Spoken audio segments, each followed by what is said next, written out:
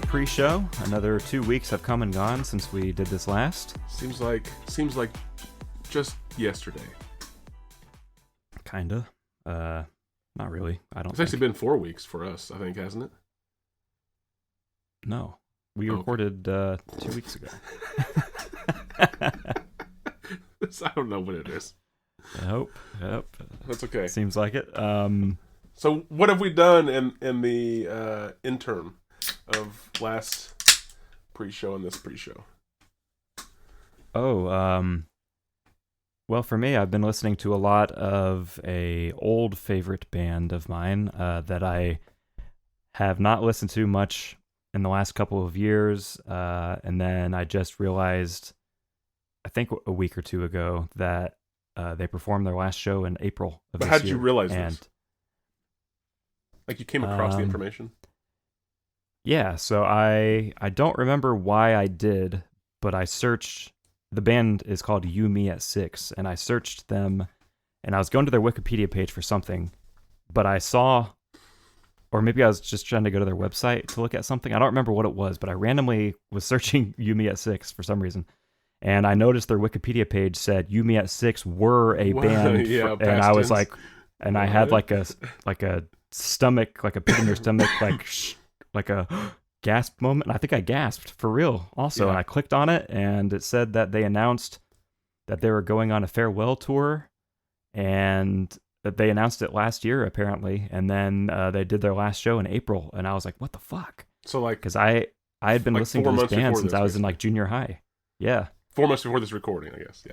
Right. Yeah. Yeah. And so I was like, wow. And that really kind of upset me because I did not expect that. And I have spent hours listening to this band. And so I ended up going onto YouTube and I searched, because I was like, I need to see the last song they played live at their last show. And by an interesting coincidence, the last song that they played in their final show was the first song I ever heard from them. Oh, and really? So wow. that Bookend. was even more emotional, kind of. Yeah. And so I was like watching it, and like my eyes were tearing up, and I was like, "Oh my god, what?" Where the was fuck? the last show? It was in like London, I think. Okay. I think it was in London, because they're from the UK, and yeah. So then, ever since then, I've been kind of in a rabbit hole of revisiting all of those albums of theirs that I used to listen to a ton, and then via my Hoopla subscription, which I have through my library. It's a free streaming movies, that's music, right. Yeah. audiobooks, ebooks. You just need a library card to access it. They have Yumi at 6's final album, which actually came out in 2023, called Truth Decay, and I had never listened to that. I haven't listened to their final 3 albums that they released. So how long has it been since you like? Because you said that you listened to this like all through high school. So how long ago did you like kind of fade away from actively following them? Probably. So their first 4 albums, I think, are fantastic. Like, not a bad song in the bunch, pretty much. There's some that I like less than others, but every song is great. And then they released an album in 2017 called Night People that had some great songs on it, but it was the first album of theirs that I thought, this album is just okay, I guess.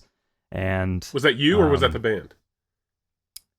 I think it was the band, and I actually felt better about myself thinking about that, because in reading on their Wikipedia page about all this stuff, like in the past week or two, apparently their singer also back then said that was the worst album they released.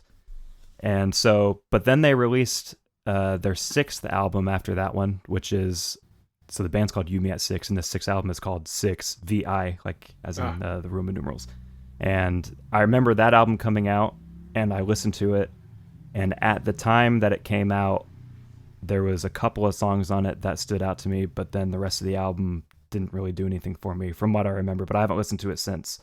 And so after that album came out, I kind of stopped closely following them, and then they had released 3 more albums after that, none of which I ever listened to at all. Right. So I haven't heard any of those songs, but so I, on my Hoopla account, I downloaded their last album that they had, again called Truth Decay. It came out in 2023, and I don't know anything about the 2 albums before that one, but I was so happy to hear that they at least went out on a very high note, because this album is fucking fantastic. Cool. It has one of the worst songs of theirs I've ever heard, but the rest of the album is great. It's like the rest of the album is some of their best work, but they have this one song called Breakdown that is fucking terrible. Oh, really? It's like very bad, I think, in my opinion, yes. Right. But I started listening to the album, and the first track on the album is called Deep Cuts. And as soon as it started, I was kind of like, okay, yeah, this song is fucking good. And then the next song on the album came up, track number 2. It's called Mixed Emotions. And I instantly fell in love with that song, and I listened to it like over and over again before I listened to the rest of the album. I love that, yeah. Those first 2 tracks, I just kept going back and forth before I even continued like track 3 through the rest of the album. I just played the first 2 tracks over and over. And I think Mixed Emotions is probably one of the best songs they've ever made. And I just got obsessed. And then I finally listened to the rest of the album, and the whole album holds up except for that one song. There's one song in like the middle of the album that is just not good, but everything else on it is fucking excellent. So they went out on like a really good note, I think. And I'm glad to hear that they also didn't break up for any. It's not like a negative. It's not like there was like internal conflict or anything like that. It was in an interview with the singer. His name is Josh Franceschi. He said essentially they've been a band since 2005, and they kind of decided together that they kind of have achieved more than they ever thought they would ever have achieved. Like they were kind of like, back whenever we first started this, we couldn't even imagine like getting to this point that we are. And they were kind of like, we don't want to like run into a point where we're not enjoying what we're doing anymore, and what we're doing anymore is just not good. Yeah. And so he kind of decided like, we want to end on our own terms and end. That's a good way to end. How we want to end it. Instead of just like stretching it out to like, some kind of fizzle out thing. Yeah. So there wasn't any like animosity amongst anybody, because it's been the same band members since the beginning. Also for 20 years, they all had been together. And so that was nice, because I kind of thought it was going to be something like that, just watching that final performance, because after the song ended, everybody from the band like came up and like they like group hugged kind of, and they were all like so happy, and it didn't look like anybody was like pissed off or anything. They're all like smiling and so that was excellent. It wasn't like Sonic Youth, which if you watch their last performance, you can tell that they fucking hate each other. So yeah, this was like just contractually doing it and then getting off the stage. That was not good, but this was great. It's been actually kind of emotional. You could say I have mixed emotions. But it's been really fun to revisit. If anybody out there has never listened to You Me at 6, I recommend them if you're into like rock music, I guess. Excellent stuff. Has that ever happened before where like just out of the ether of a thought, you're like, I'm going to look up this, or show, person, band, whatever it is, right? And you look it up, and it's ending, or has just recently ended. Has it ever happened before? The only thing close that I can think of off the top of my head is a few years ago, whenever Rage Against the Machine were touring, and they had to cancel a majority of their tour because the vocalist songwriter Zach De La Rocha had injured his leg at one of the first shows of the tour in Chicago, if I remember correctly. He like tore his ACL or something, and then he kept touring.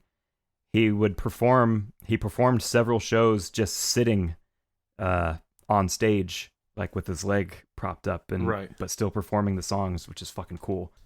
And it was also great because they were donating the ticket sales to like local charities and whatnot. Like I think Planned Parenthood and local like other leg rescue or something groups. Like that. Yeah, leg groups. Print Me a Leg is a big one. Yeah, they donated a lot to IHOP.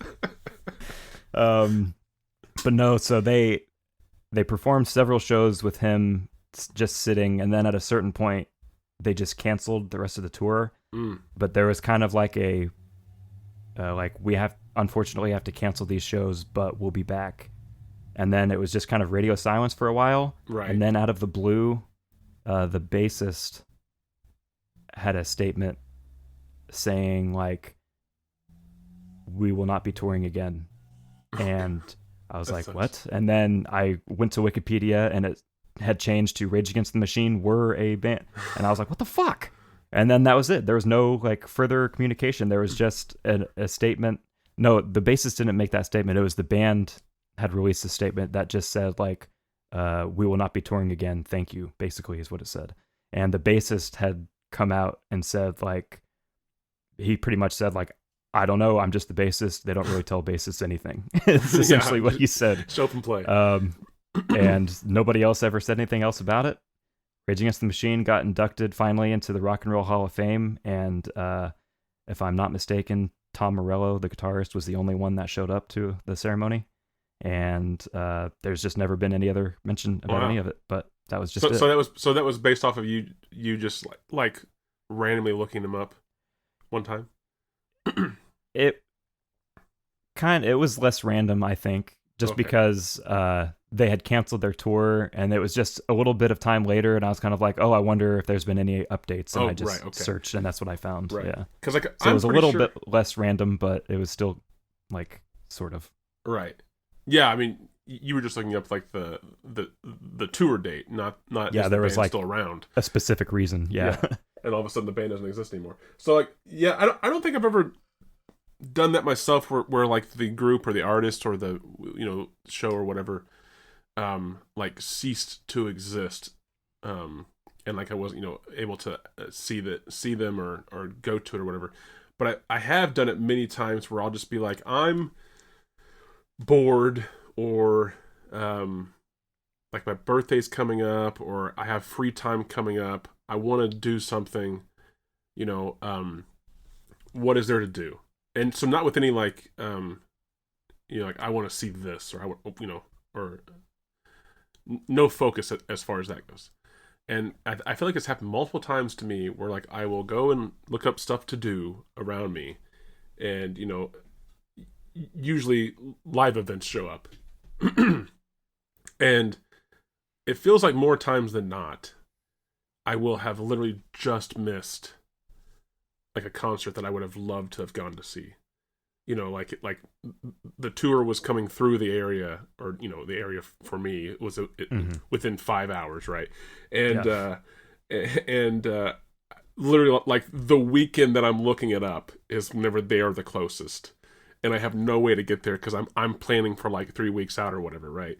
I feel like this happened more times than not for me, and I'm like, okay, the next time they're through, I will I will definitely try to get tickets, and then I forget, and then it happens again. And my problem is I don't have that issue because pretty much I think almost all of the groups that I like the most don't exist anymore. Like I don't listen to very many modern acts. I don't think there's like my favorite band, but they don't come to the US that often, and when they do, they don't play anywhere in the Midwest hardly ever. Sure, no one does. Yeah, and they always skip right over, except Chicago, of course. And then, so this You Me at 6, even though I haven't really listened to them in a while, unfortunately, they were kind of one of the few like modern active today groups that I still was into. So I don't think there's very many that are currently around that I have much interest at all in seeing. Right. That's helpful, I guess. Yeah. If you already know that there's no chance, in the world to see them, then you don't get let down whenever you can't.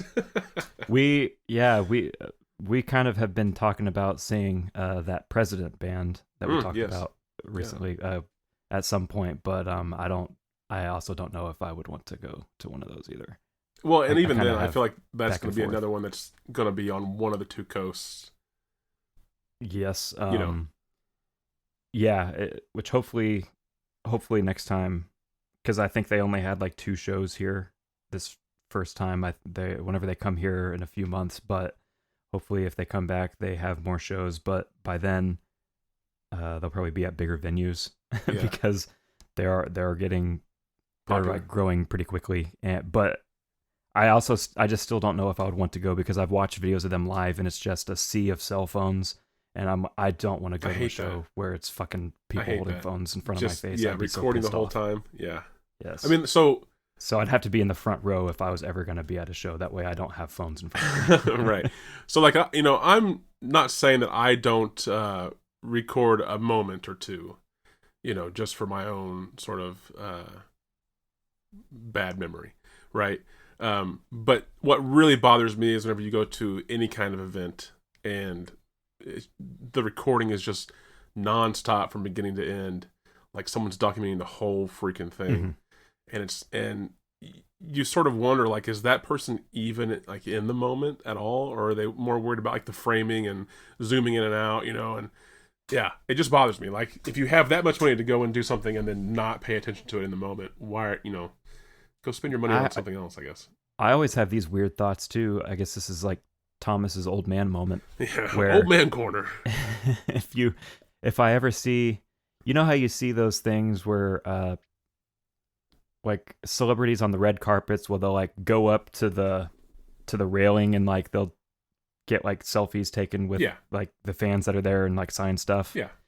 I always think about it and find it so strange whenever you see like pictures of those things where like the celebrity is signing this person's thing and everybody there, including the person whose thing is getting signed, is just looking at their phones. Like none of them are actually looking at the person that's there. They're all just like this. Yeah. And I'm like, man, you have like what Margot Robbie is right there, but you actually never looked at her the whole time pretty much. You just like looked at her through your phone, which is how you probably always see her anyway. Do you think there's something about that, and that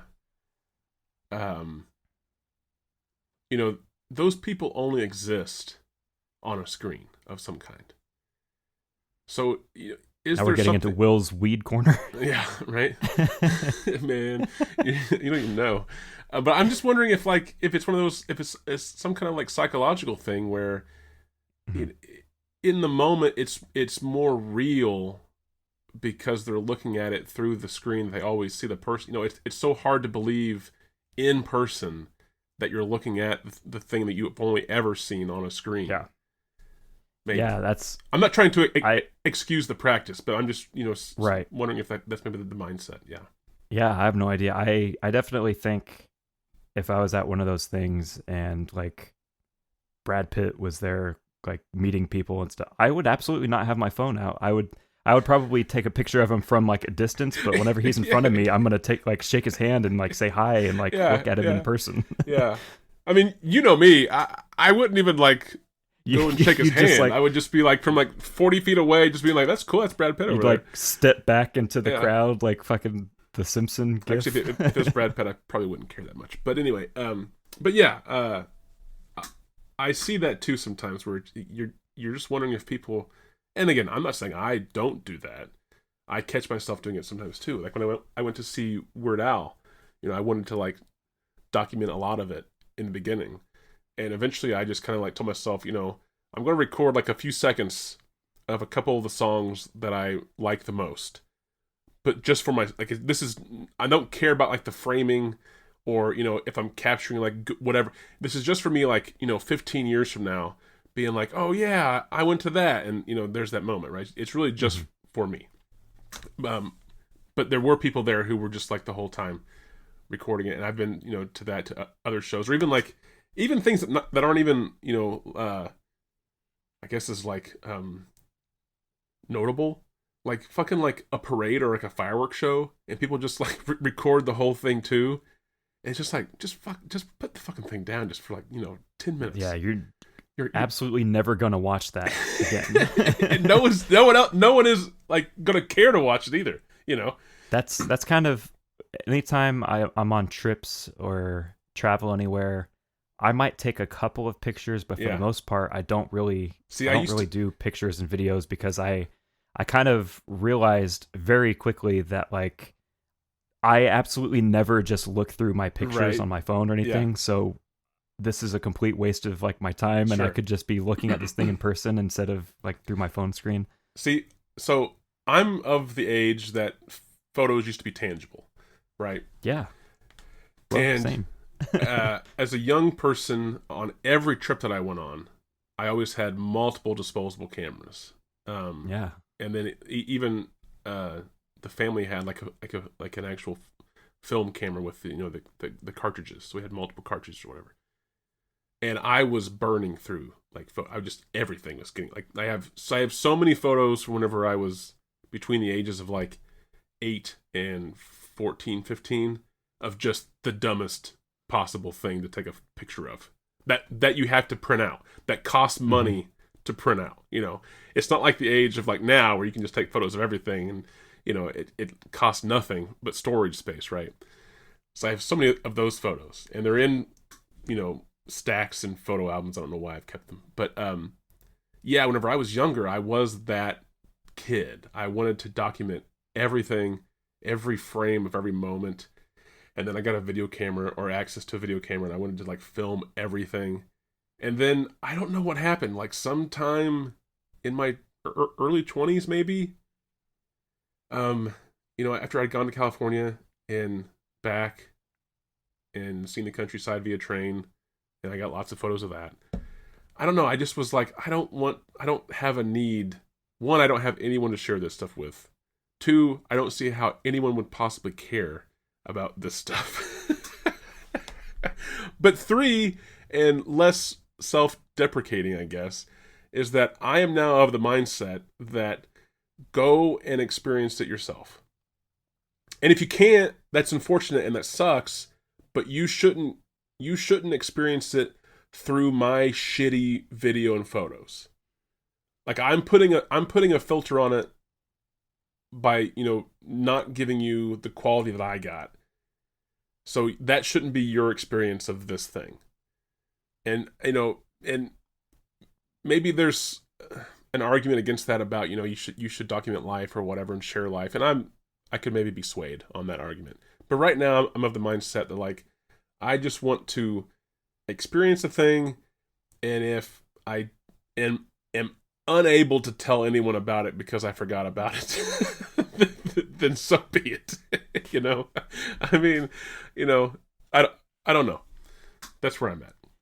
Have you ever looked through old photos and whatnot and been like, I have no recollection of ever going there and or even like what, or even like I did. What this picture is, because I have a lot of photos of things that are just like, and it's not even that like I have a lot of like blurry photos too, because back then you couldn't really tell what you were shooting at, let alone if it was in focus.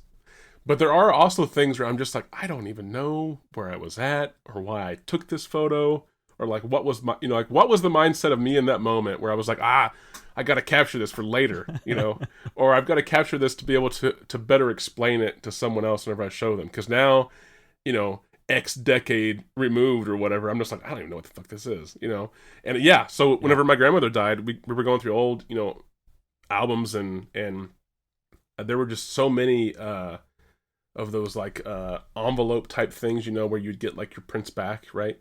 So many of those that were clearly taken by me that were kept for some reason, still in that envelope, all bunched together. And I was just, going through them and being like, okay, this is Hawaii. This is, the airport. And then like 15 photos of just like, I don't know where this is or, why I took this or whatever.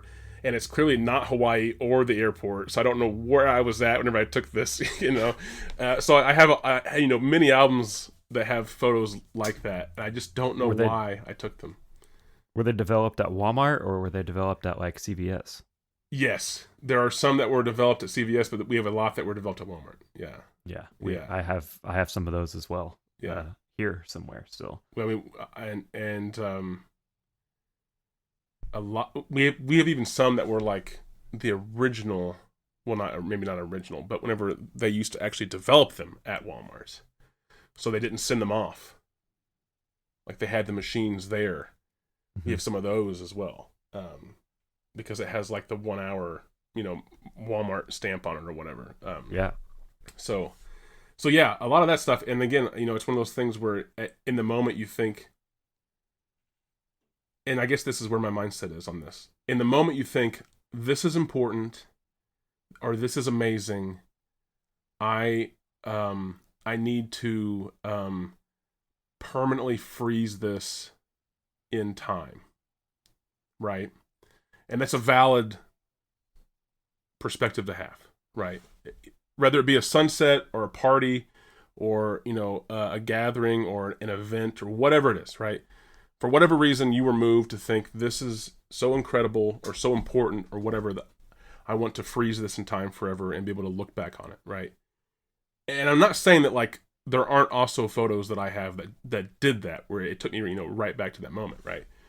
But it was kind of eye-opening to see how many were just like, I have no idea like why I took this, and there were even photos of like clearly things that I could identify and knew the moment that it was, but also being like now, almost 20 years removed from some of that stuff, being like, I have no idea why.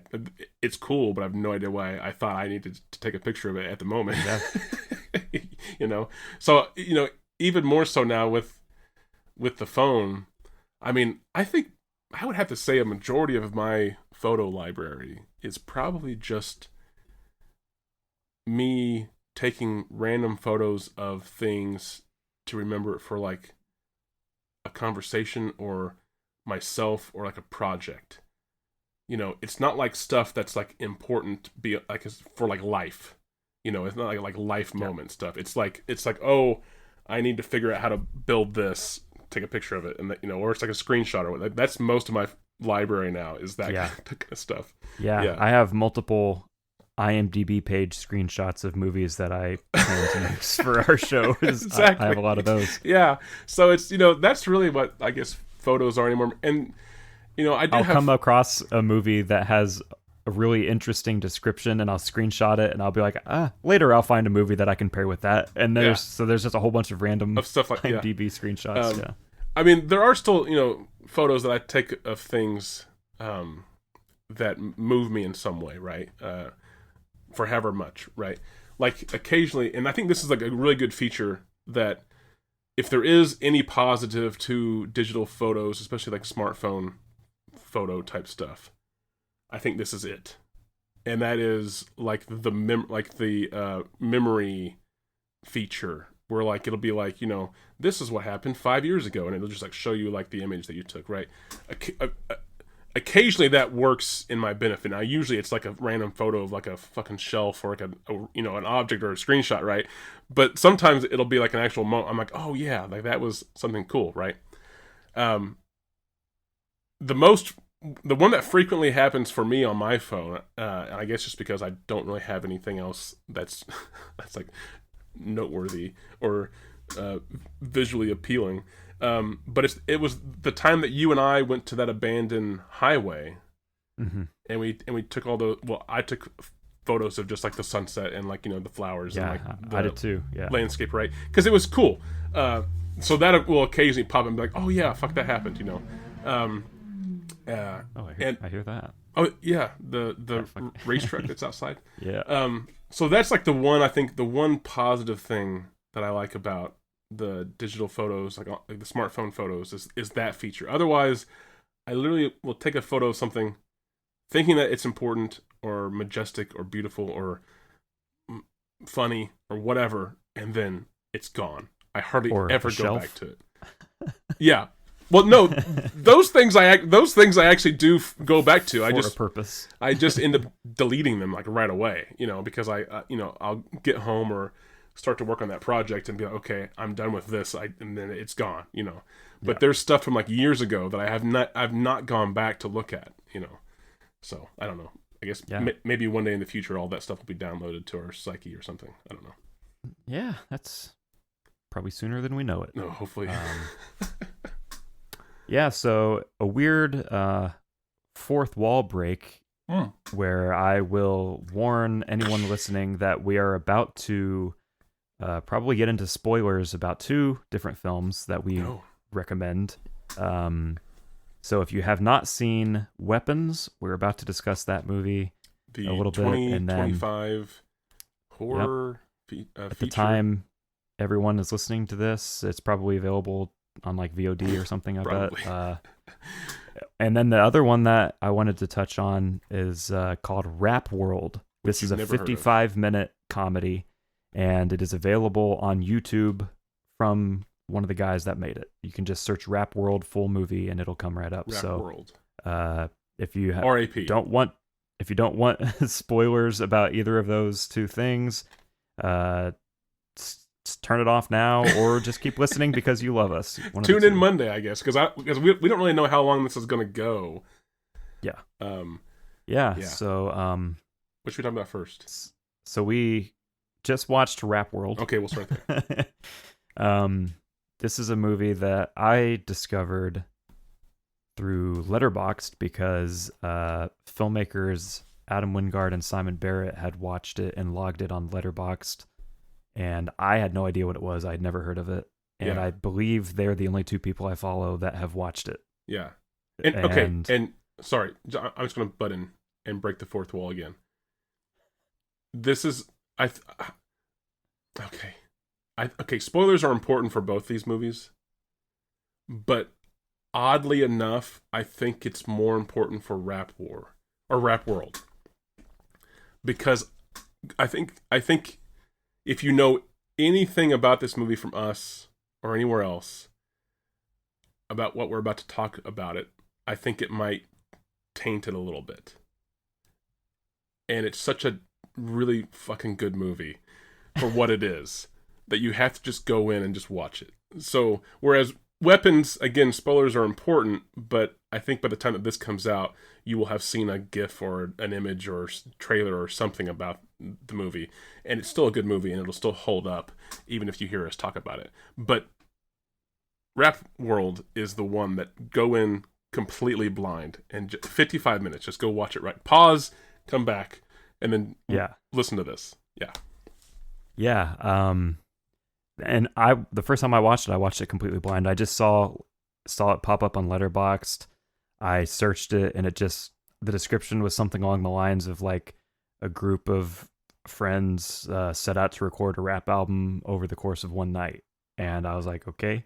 And I found it on YouTube. After searching streaming sites, I couldn't find anything about it anywhere. I saw that it played at like some film festival, Fantastic Fest, Tribeca, something like one of those. It played one of those festivals, and did so it win I was anything? Like, okay, so this is an actual this is actually a thing. I guess I could have question. I'll look it up right now. I forgot actually. This is pre-show where we can This just is pre-show. It doesn't matter. I don't think so. It doesn't appear to have, at least on its IMDb page, it doesn't have any nominations. It was still pretty cool that it was seen by festival audiences. Yeah, I'm pretty sure. Oh, that's great. The poster also says "No place better, ready for whatever." Yeah, so it's in 2009, four friends living in Tobyhanna, Pennsylvania document their attempts to record a rap album over the course of one eventful night. 55 minutes. I was like, okay. Found it on YouTube because the co-director, co-writer, and one of the actors, Connor O'Malley, has a YouTube channel on which he uploaded the full thing. Mm-hmm. And I had just enough time at the end of my shift at work before clocking out that I was able to watch it on the clock in my car. You got paid to watch it, so it's win-win. Yep. So I popped in my earbuds, sat in my car, watched it, and I was laughing my ass off. And as soon as it ended, I pretty much was like, Will needs to see this. And I think I might have texted you right after it ended, and I was like, I have a 55-minute movie that we are going to have to watch before we record. And I just left it at that. I didn't tell you a title. I didn't tell you. You didn't even tell me that you even laughed. What genre it was. No, I didn't tell you. I just said there's a 55-minute movie we are going to watch. Title wasn't even given to me. It was just duration. We're going to watch this. That was it. Because I didn't suspect you would like look up whatever I would have mentioned, but I just didn't even want to mention what. No, it was. Go in as blind as possible. Yeah. If you're still listening and haven't seen this, seriously, you don't need to know anymore. Go watch the movie. So I don't think you even knew what it was called Nope. until the title card came up on the screen knew nothing as it was playing. Yeah. And so, so let me explain for my. I've seen it 3 times now at the time of this recording. The time that we just watched it just before this recording was the 3rd time I've watched it. So a week. Since you've seen it so many times, we'll come back to your perspective of the 2nd and 3rd time watching it. But I want to get out just ahead my experience, I'll call it. So I knew nothing, and you're like, we're going to watch this right now. Oh, okay. So then you play it, the screen share happened, and it starts off, and it's very much like a found footage looking movie, because clearly it's like, handheld camera or whatever, and immediately my thought goes, just because it's you, I was thinking it was going to be an actual found footage horror film. So for like the first 10, 15 minutes, maybe, there's a gun that comes into play in the film early on. So up until then, I'm thinking, is this going to be a found footage horror film? And then the gun I was thinking the same thing the first time I watched it. Yeah, I right. was and kind of unsure what the was going gun on. came in, and I was like, oh, this is definitely going to be like like somebody's going to get murdered. Something's going to happen, right? And then it just kept like hitting with the awkwardness, and awkward, but like in a intentional and meant to be funny way, not like this is bad. It was really well done. So then I'm like, what is this movie? So like 20 or so minutes in, you just get pulled into this night of these guys trying to record this rap album, and things just keep happening that took me right back to like 2009. And it looks legit as far as 2009. It's recorded on like the Sony Handycam type cameras. The music that like, but also like the references, they weren't sometimes whenever like a movie, I guess I should say, I found out after the fact that the movie was not made in 2009. It was made fairly recently. But sometimes whenever like a film tries to be like slightly period, like 20 or 30 years set in the past, they seem to go like way over the top and trying to sell that point, Yep. And that's what made this one so believable, was that like the references that they were making, the style of clothing, the way that they were interacting with each other, like everything about this, it just felt like it was like this was recorded back in 2009, and it was posted online and no one ever saw it until now, type thing. So that was awesome. Like I said, it brought me right back. I was this weird mix of like, not nostalgic in like I miss those days, but nostalgic in like, God, I fucking am so glad it's not those days anymore. Yeah, I don't mean to butt in on your covering, but I did want to say that upon my first viewing, I kept coming back to very specific memories of 2009-ish, and going to my friend Alex's house, and at that time we really wanted to start a band, and having very specific memories that were almost like this, where like he got a synthesizer for like Christmas one year, and I got my bass guitar. And we thought we like set up this, everyone did makeshift fucking recording thing in his bathroom, and we were like, yeah, the acoustics are fucking good, we're gonna record this. And we did record something and posted it on Facebook, and it was fucking garbage. But I had these specific memories of like, throughout our childhoods, me and him specifically, and a couple other people here and there, would always have ideas for like a creative idea for like, we're gonna do this and this and this, and then we like, as soon as the first speed bump happens, it just is completely abandoned. I mean, and it's so ADHD, I had this movie. exact same I had these exact same memories, except I was like 13 or 14 years old.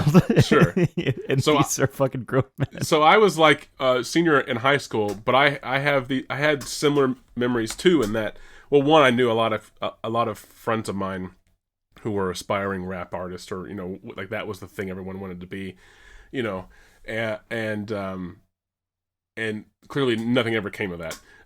But also myself, having 3 or 4 friends, and just always wanting to do something creative, and like having like, and not just like the creativity that we have now of like, let's go make this, or whatever. Like this was like we've got a gold mine that we're setting on. All we got to do is just print it to tape, and we're fucking done, right? And not having any of the talent, but also not having any of the means to do it right. And then as soon as something makes a noise across the room, like that's the thing. And then what took me back too was not only them getting distracted and doing like everything but recording this, but also this whole thing of like thinking you have to be in this certain like mindset or setting because that's what you've seen or have heard other successful people be in.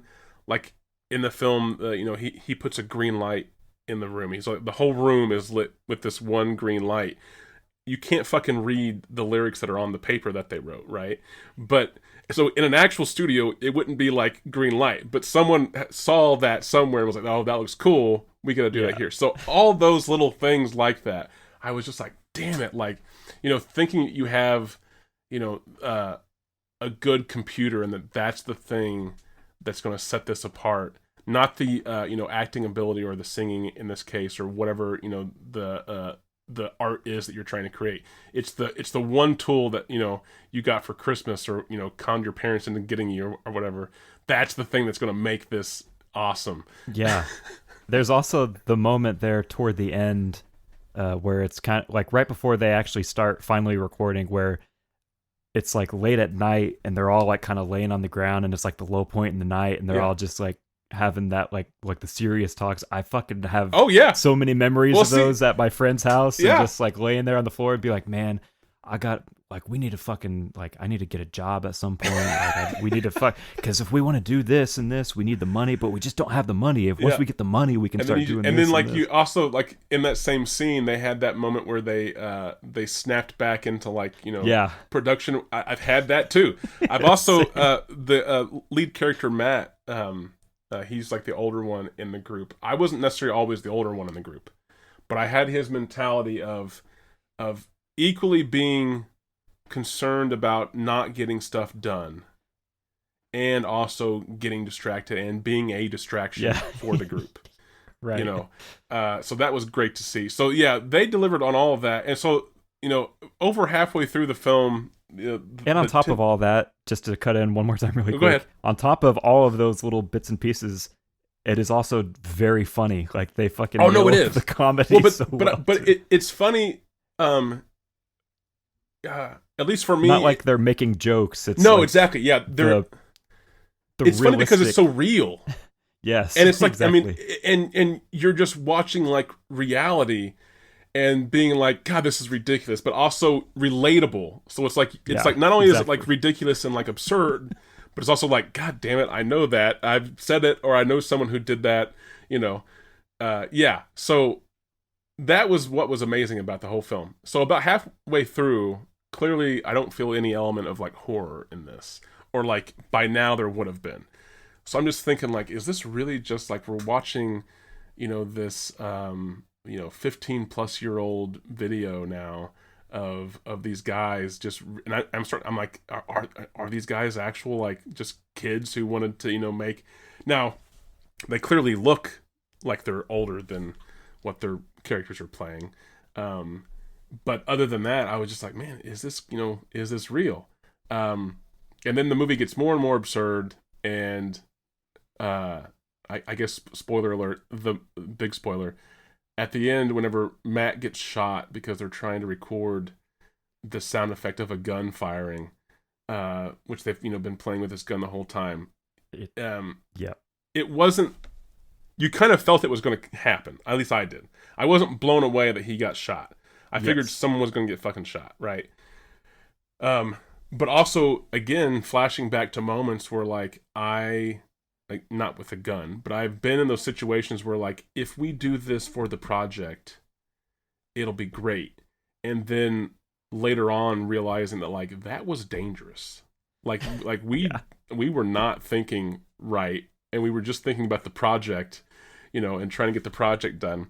That was really relatable, not the gunshot thing, but I've been in those situations where like I had like me and two friends cleaned out this old abandoned area in this old building, cleaned the whole fucking thing just to shoot in there. So, and no dust mask, no ventilation, right? Who knows what the fuck was up? Lead and asbestos. And then we were like climbing through like broken windows and like fire escapes and, and all that. And at the time it was like, who cares, right? This is going to look cool or sound cool or be cool or whatever. But then later on being like, man, if one of us would have just fucking like slipped or got cut or like, whatever, like that would have been like, not death, but that would have been horrible. There was even, we even have had probably not anything like breathing in horrible dust particles and whatnot, but we had even, the one that comes to mind for me is 10 years ago, where we were shooting a short film, and I can't remember if it was my car or your car. I think it was mine. And we had this shot where I think you were driving the vehicle and I was hanging out of the window to record the wheels. The wheel, yeah. And you're because we don't have a rig, obviously, and that's like the only way to get the shot of like the wheels turning. Holding the expensive camera on and yourself. Driving down your neighborhood, like hanging out of the fucking window. Yeah. I remember that, yeah. So that was one of the most dangerous, I think, that we've relatable done. things. It was not like you were driving really fast, obviously, but still, it's still dangerous. There was a danger involved, and it was, it was not thought out as far as the risk, right? Yeah, pretty cool shot though. Yeah. But then, so like I said, the actual Matt getting shot didn't like shock me. The entire film, you're thinking that that's what's going to happen, right? Yes, you're just not sure exactly when. But it was somebody's going to get shot. Immediate hard cut to Matt being in the coffin, dead. That was just fucking hilarious. It goes from him like wailing in pain with like blood running down his leg to him being like, euphoric, I don't even fucking feel it anymore. Shock. Like I feel like I could go run a fucking mile. This dude is on the phone with the police and they're like, he hands him the phone and he's like, they just want to like hear how you're doing, and he's like, we just recorded an album, and they're like yelling and like laughing and like smiling, and then it just hard cuts to him in a fucking coffin. Yeah, at the funeral. So that was probably the only time where there was a clear joke said or set up punchline. Now it wasn't like verbally spoken, but it was set up punchline. That was the first, like probably the only time, for my memory at least, that there was a distinct joke in the film. Yeah, that was like clearly that was done for a laugh, whereas everything else was just funny because it was relatable and cringy and awkward and over the top, silly. Yeah. I also was happy to see that you appreciated, because at the end they finally play the fucking song that they recorded, but there's a part where it shows like on the news like the police recording of the phone call. Yeah. I saw you fucking lose it at that too. Yeah, it was like the like the nightly news where they do like the 911 dispatcher and like the caller or whatever, and it clearly shows on there, we just recorded an album, in distinct like laughter or whatever in parentheses. Yeah, that was great. I've loved that too. No, I mean, yeah, I didn't have any expectations because I didn't know anything about the movie, and then even my expectations were not in the way of me enjoying it, as far as what I expected it to be, a found footage horror film, and then I expected it just to be like this weird, lost relic of these, guys, and then to come to find out, I was like, was this really recorded in 2009? You're like, nope, last year. Yeah. And they also have like the old like Windows Movie Maker type like title cards with like the transitions and like everything the text. Everything looked legit, and that was also, so to speak about the craft of the film. So not only was it like the costuming was spot on, the character, like the direction was great, the cinematography, it was, I believe it was probably actually recorded with those handycams. It looked like it wasn't really affected in post, to make it look old. But the cell phones, they were all period, like everything was period. But the really cool part was that there was nothing in the environments that dated this at all. We actually had some outside shots and some different interiors, but all the interiors were like, it could be any time. It didn't feel out of place to say that it was, 15, 20 years ago or whatever. And then the exterior shots, they did a really good job at only showing things that were current then and also current now without any changes. And they do it in a way, because of the handy cam handheldness of the camera, makes sense. It's not like they were just like clearly purposely trying to like, out of frame a brand new car or whatever. It's that's just the wild nature of the shooting and the editing, I guess. But yeah, that was like the only flaw, and I pointed this out to you in my head, and not even flaw. That's too strong. The only like inkling that maybe this wasn't 100% legit was the fact that I said, I was like, I don't remember people having facial hair in 2009, unless you were like super old. Like I feel like 2000, like those years, like that time frame in my head, everyone was still like clean cut, unless you were like, distinguished or whatever. Like as far as like a professor or a lawyer or something along that line. But other than that, I was like, everyone having a mustache or a goatee, this doesn't feel to me like 2009. And maybe I'm just misremembering that too. But that was the one thing I was like, that's the one thing. But only because everything else is so, from memory at least, perfect. Yeah. Brilliantly done. I loved it. Yeah, that has been one of my biggest obsessions as of 2025. I think like one of the best discoveries I have had. 3 times now. On the second and third viewing, was there anything that stood out that you didn't catch the first time? Anything that stood out, or was there anything that you enjoyed more than the first viewing? Yeah, so I think, it's a really funny line already anyway, but I think becoming one of my favorite lines in the movie is whenever the character Jason is recording his video for Kira after the party, and he says something along the lines of like, he says something about how like what he's going through right now hasn't been experienced since World War II. Since World War II from people who were in it. Yeah, whatever. That's that a good line. Fucking killed me. Yeah, and just the way he delivers it too. Like that dude, that guy, whoever that guy is, his fucking deliveries throughout the whole movie were incredible. That guy cracked me the fuck up. So his deliveries every time were so fucking his storyline funny, or his character arc, I guess, is very cringe in the sense that he's obsessed with this girl who we only know from his perspective, is at least possibly dating him, just not officially yet. And then we learn more about this girl that he's possibly dating, and we see her perspective, and we learn even more about her right as he's planned to, I guess, like not propose, like marriage. It's almost like a purity ring type of situation where he's like giving her this ring, but it's to symbolize like that they're going to be dating, like officially. Yeah, exclusive. Yeah, there you go. Yeah, exactly. So right at that moment that he's set this up to do that, shit just hits the fan for him. And oh gosh, I was just like, I remember friends going through that. I remember doing that myself. Like it really brought me back to a place of like, oh man, it's also so painfully cringy and awkward. Like those shots of her like having a good time and laughing and stuff, and you see him in the background like staring. No, that's what I'm saying. Like it's so great. I have been the perspective of the camera watching other friends in that position, and I also know his POV. Yes, same. Where I'm just like, so anytime that character was on screen, it was just like, oh god, this is just so cringeworthy. And like I had a friend who was actually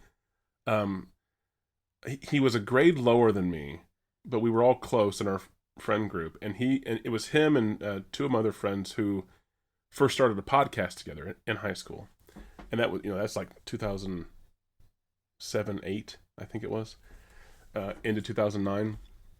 And we all thought it was going to be huge, because that was whenever podcasting was kind of first blowing up, and we thought it was going to be huge, and he was the guy who had all the tech, right? So I can remember the moment of going into his house, and a couple of us were bringing in some stuff that was, going to get us by, but maybe it wasn't as good as his stuff. And then he, like, talking about and displaying his computer and his microphones and all of the stuff that he got for the podcast, and us being like, I don't know, I think it's just going to, mess it up. And then we heard it and being like, oh, this is awesome, this is going to be so great. Like, there's that moment in the film too where I was just like, God, mm-hmm. I fucking lived that moment as well, So yeah, all of that, just so good. Yeah, I just loved, I loved this thing so much. I've created a list. My first list I've created on my Letterboxd account of my favorite new to me things of 2025, and that's an interesting list. That was, I also have ranked it just for fun. Yeah, it's like a top 10, and Rap World is close. It might be. I might have to put it at number 1 right now. I don't know anything 2. Better. Right now it's my number 2, but I'm probably going to put it at number 1. The one that at the time of this recording is currently at number 1 is the other thing. Oh, really? We're here to talk about. See, because I also don't know your take. We've discussed nothing about weapons so far. We've decided to save it for now. Did a hashtag save it for the pod. That's right. So that's your number 1 as of right now. Well, probably not anymore.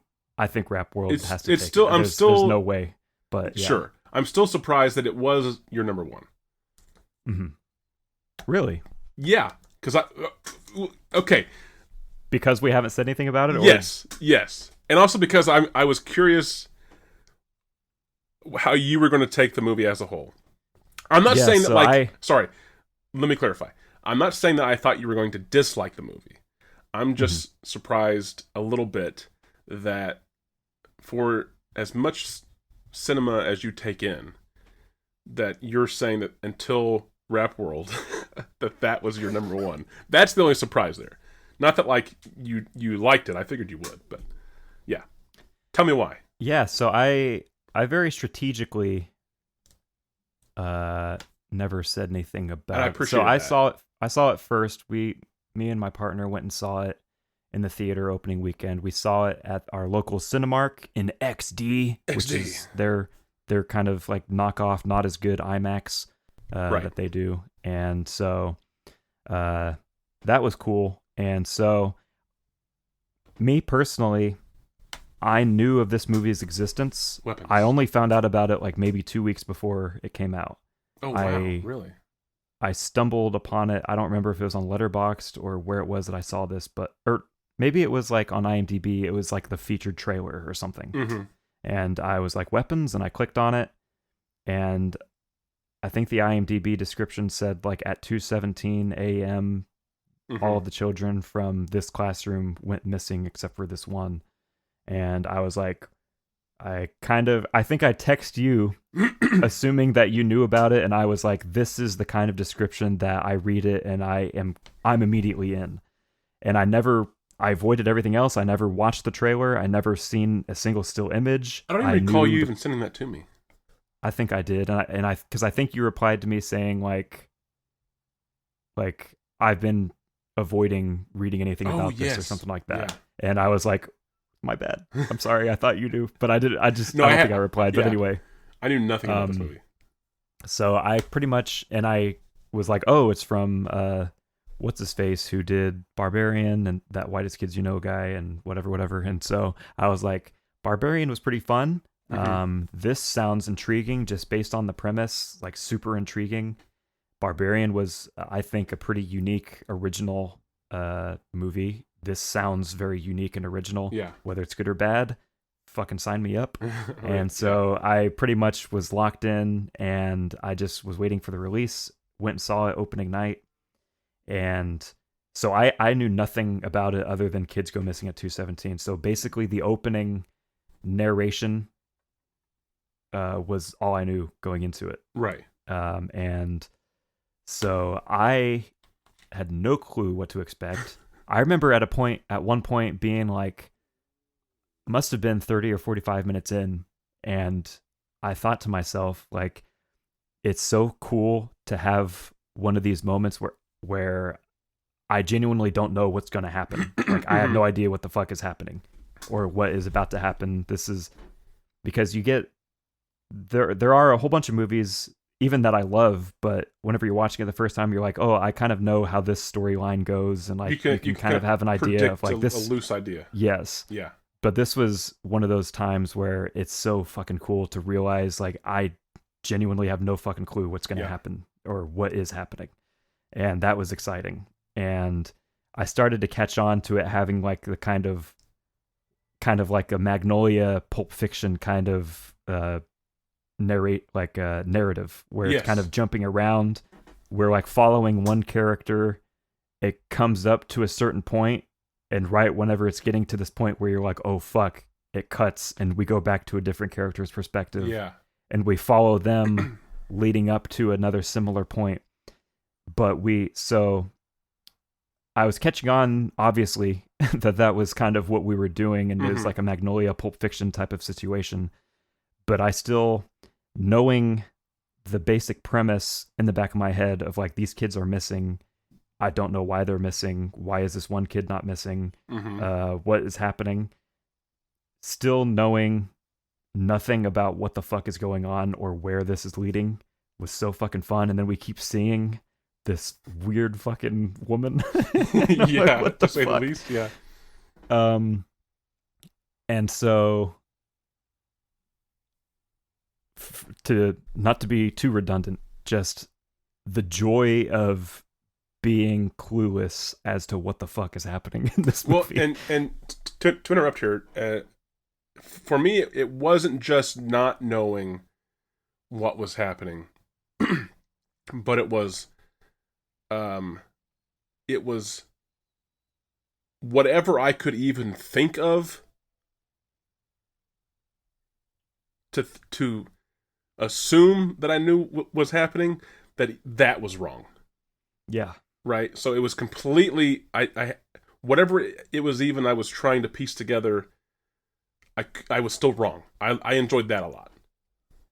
And then we get to Josh Brolin's part as like the kind of grieving father who's trying to figure out what the fuck is going on himself, because he feels like nobody is putting in enough effort to find out what happened, and he's wanting to find his son. And he has that weird dream, and there's a fucking assault rifle like floating in the air and stuff. And I was like, what strange. The fuck? So I had no clue what was going on. And then the scene at the gas station where that principal is running and his face is fucked up. I was like, what the fuck? I was like, is this zombies? I was like, what's going on? I had no clue what to even think. I was like, obviously you notice that he's running in the same way that those children were. And so I'm like, what the fuck is the connection? What happened to him? So I was so excited to get to that point, because like you're going to find out at some point. Well, then like right after that moment of him running across the parking lot of the gas station, that was one of those cuts where it cuts to his storyline, and you're just like, wait, like what happened to lead up to that moment? Yes. Because they already established that whole pattern of going back to a beginning of the character and then leading up to that moment. So you're just sitting there going like, yes, tell me, how did this happen? And it's also an interesting scenario, which ended up being so well done, but frustrating is not the right word, and I mean it's not the right word at all, but there was, in a positive way, it was so well done that I would really be invested in the character storyline that we are following. And so whenever it would cut, I would be like, oh, fuck, I really wanted to keep following that character. But it happened every time. Yeah. Like every new character, I would be like, okay, I'm invested in this. It got you right to the edge. Character. And then it made you restart over again. Yeah. Cinematic edging, we'll call it. Yeah.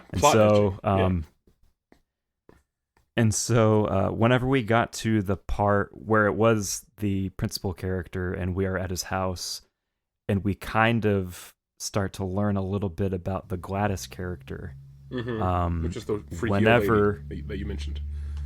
whenever she pulls out that little like thorn stick, Yeah. and I was like, this is like some witchcraft shit. Fuck yes, I'm like so in. And like she does the thing where she like smears her blood on it and stuff, and I was like, oh my god, I don't know what the fuck's happening, but Right? this is awesome. And whenever he fucking, I've never seen any shit like that either, where he fucking headbutts the Oh dude's God, I fucking love that head moment. in. That was insane. That was fucking awesome. I thought of you I love a during good it head because smash. I know. yes. Yeah.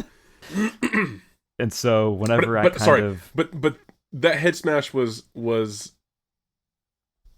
also refreshingly different from the ones that I usually have seen, where a majority of it just happens off frame as if it's not important, but you just hear this the crunching, and it's just like, oh my gosh, like this is, and it's like daylight, yeah, that was great. Yep. So yeah, once we kind of got to where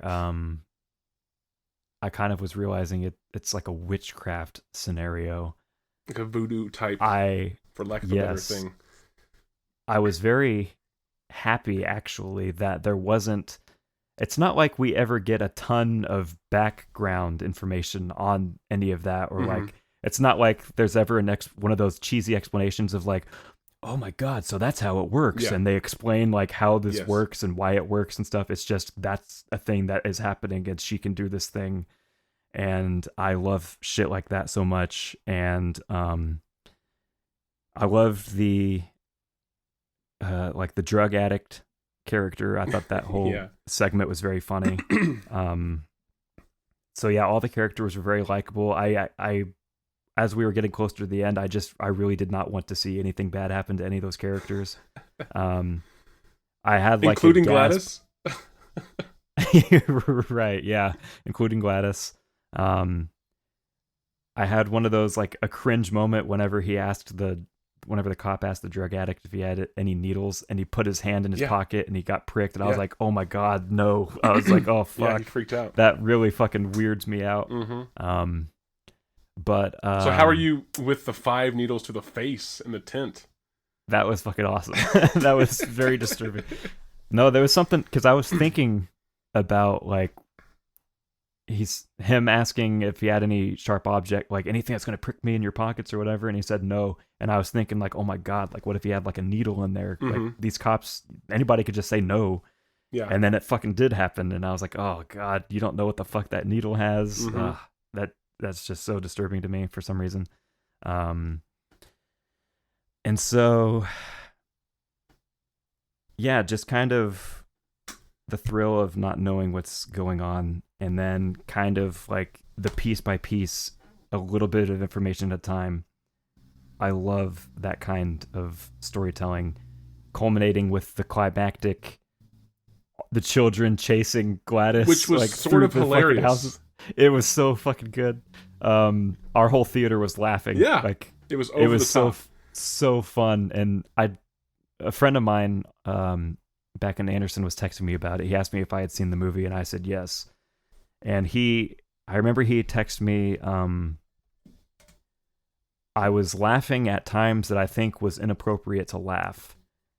And he was like whenever the kids were chasing her like across the yards and stuff. That was definitely and I was like, I said, well, it's made by a comedian, and there was definitely intentional comedy, and I said our whole theater was laughing, and I think that was a very funny moment too. Yeah. So I don't think that was unintentionally funny. No, I think that was intentional.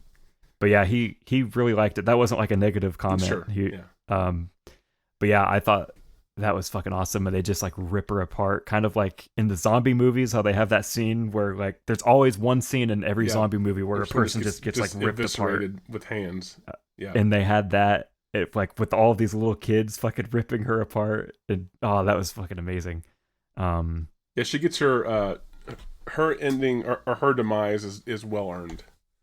Yes, it's so fucking good. And then I do like the kind of, I think I really love like happy / not super happy endings like that too, where like she has been taken care of and these families have their children back, but their children are still not.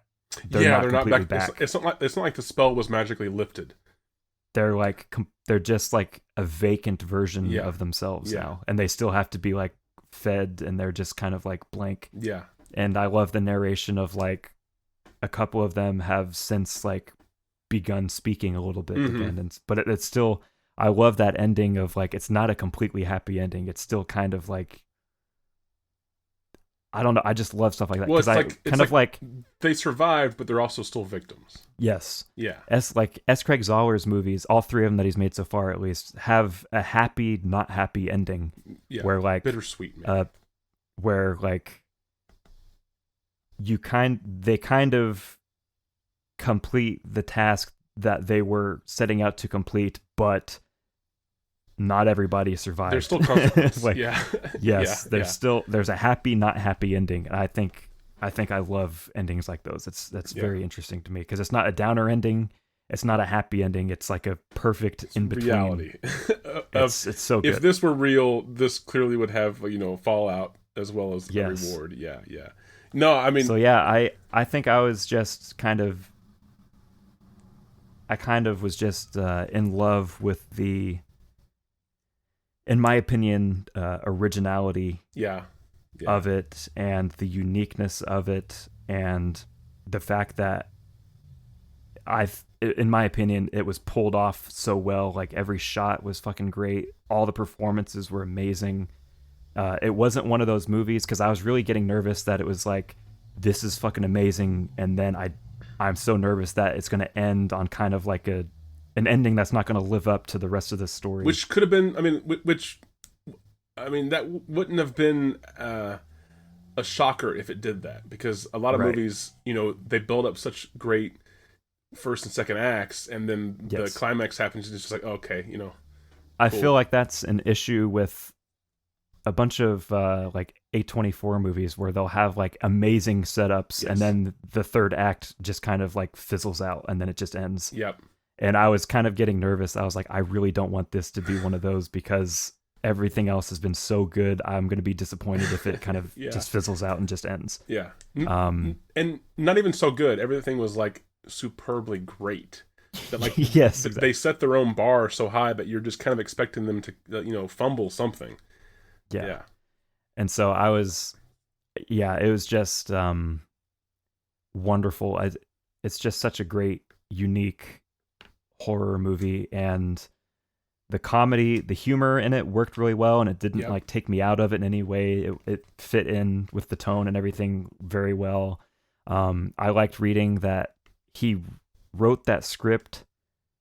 Apparently he likes his style of writing, from what I read from some interview he did, I think, is that he wants to, and it's kind of what I tried to do with what I write, where he doesn't really outline what he's doing, and so he just starts writing, and he's kind of just like free flowing, and just like, oh, where could this go from here? And just as he's writing, he's making up what's happening. So he has like I'm experiencing the movie at the same time as the audience, kind of, where or even I don't know what's going to happen next either. Yeah. And I really like that. I've had the most, I guess you could say, success with my, like, trying to write myself by doing that same kind of thing, just free flow. Like, I'm not sure, whenever I start writing this, I don't know exactly where it's going to go. And I like to just kind of let the story go it will. Yeah.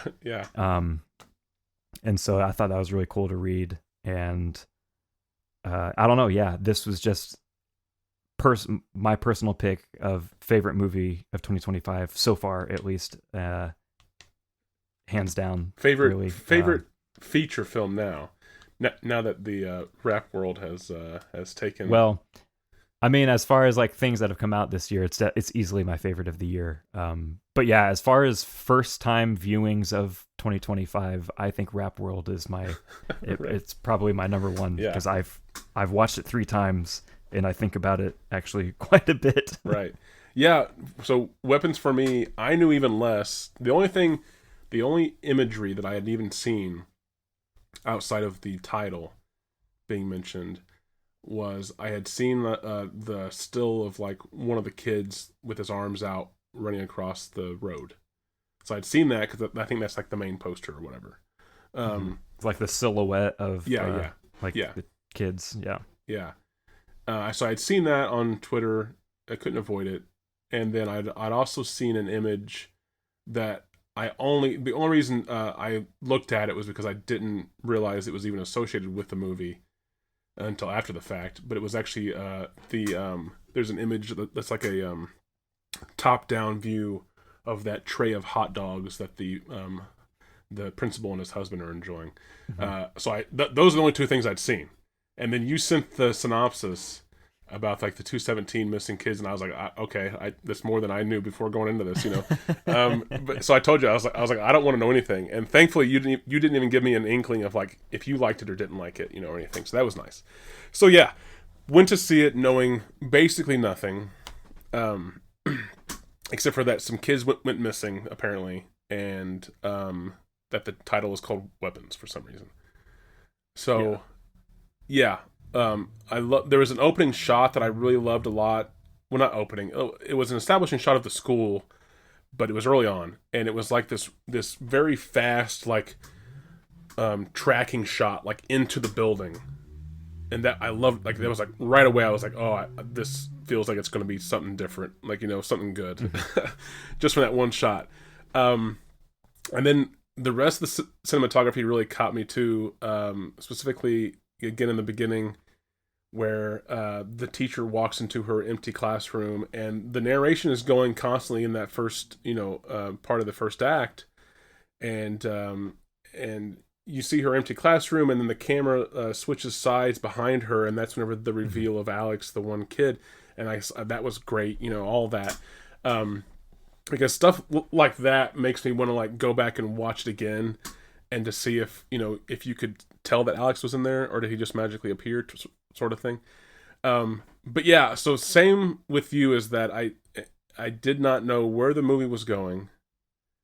And then any time that I tried to like, is it maybe this, or I wonder this, I was always wrong, which I was glad, and even then I wasn't trying to think too far ahead, it was just one of those things that you just naturally do, trying to piece, trying to logic the stuff together, but not in the sense that it needed it either. It wasn't confusing or anything. I really started to enjoy the Magnolia Pulp Fiction-esque style of going back to a character, starting with their A point, leading to a shared B point amongst the other characters, and then once multiple members were introduced, then we pick up from where all of those B points met and carry on to C. I loved that a lot. You mentioned something too about this whole not needing to explain much of what's going on, and I think that's like something that has been missing. It's become commonplace to need to like explain a lot of things, right? Like a lot of expository stuff has to happen. Yeah, and I like that it's not a cheap kind of, because that happens sometimes where it's maybe it's the fault of the viewer, perhaps, but you have these, or it could be whoever, but anyway, where you have these movies and they don't explain something, but as the viewer, you kind of feel like, I don't know if the person who wrote this knows the answer either. Yeah, so it just feels like a cop out, or like huh? Or you feel like the writer. I'll blame the writer. You feel like the writer is just hoping that you'll hang on, right? Yeah. That like, I'm not going to explain this. There's no time to explain it. You'll understand in a minute. Just hold on, right? Whereas, I'm not saying that wasn't the intention, or that I don't know as far as Weapons, how it was written, but it didn't feel like that. It felt like, it was all done in a way that, and a question would be posed, on me, like, who is this person, or why is this happening, or, whatever, right? And then that was almost the time, or shortly thereafter, that you would then jump back to another character, and a little bit more of it would be explained, and then you would get a little bit explained, and then you'd have several more questions, and then you would jump back and get those answered, and then plus introduce some more questions. So I really liked how that was like, it never left you for the entire arc of the second act before a question was answered, and they kind of just shelved it for a minute. It was like, I'm going to give you a little bit of information, including the overarching, these kids are missing. That was never answered until the end. But, that was understood that we would get that later on. It was the other things that were crazy in the film that gave you just a little bit of an understanding, and then they would go to someone else or a different perspective, especially of the same sort of scenario, and then you would see a little more of that. I love. No, yeah. So that was just brilliant writing. And then so going back to the whole thing about not needing a backstory, and as I was saying, like, I think films have thought the need to like rely too much on that, like building a lore or whatever within the film, and then watching that lore play out. Whereas weapons, we don't know what the witchcraft stuff Gladys was doing, nor do we need to. And I think that's like a testament to how entertaining the rest of the film is, and that we're okay. We don't need to know what it is, what religion or spirituality or whatever whatever it was that she was practicing, where it came from, what its abilities are, because that's all shown to us. Mm-hmm. And even at the end, I did have a little bit of a speed bump at the end, or there was a term for this, refrigerator moment at the end, right? And the refrigerator moment, as it was taught to me, was a moment where in the theater or in the viewing, you accept it, and then after the viewing, while you're at the refrigerator getting a snack, you go, why did that, right? So that's what this was. So I wouldn't say it's like a negative thing, but the only time that I had a refrigerator moment was at the end, and that was Alex's character.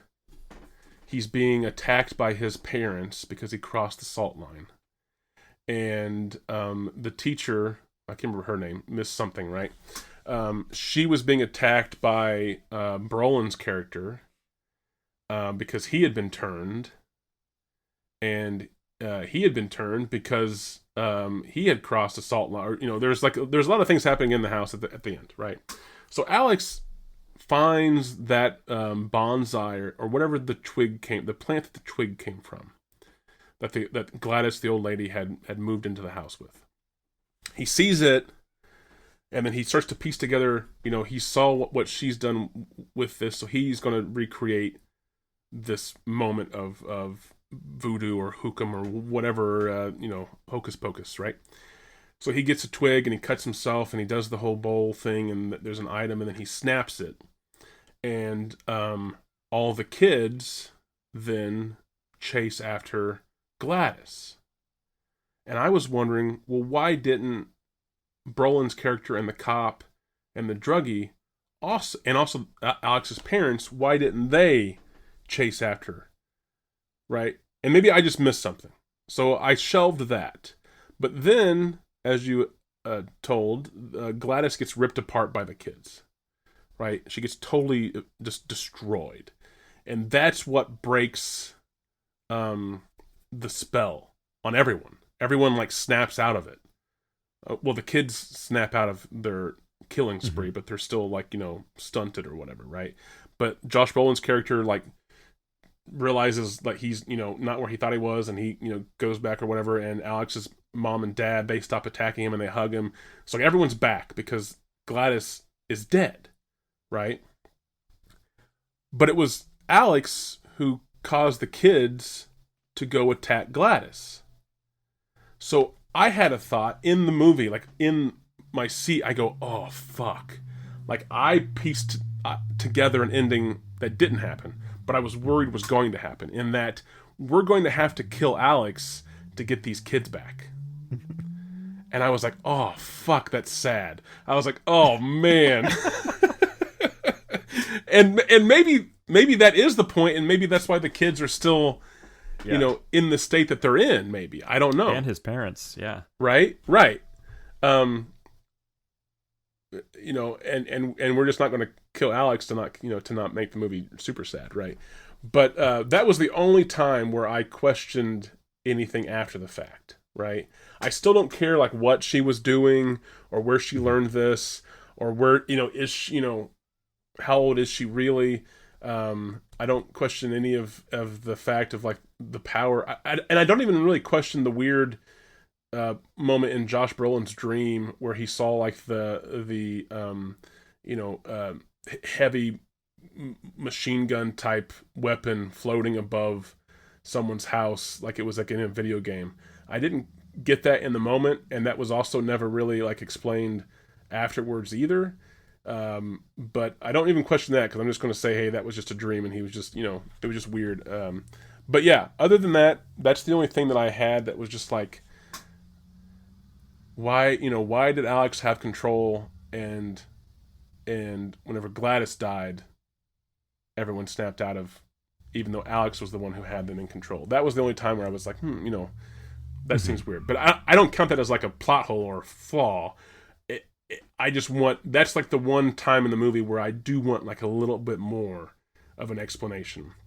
Because the rest of the movie, everything that was brought up was answered enough to where you didn't need anymore. You were given the right amount of answer to move the plot along, and there's no reason to dwell on lore or backstory, like so many other films do, right? Yeah, I've been looking forward to watching it again at some point. I'm sure there's things that I missed. I think that this would be an excellent rewatch movie. I think there would be so many things that you would catch upon multiple viewings that I look forward to seeing it again. Mm-hmm.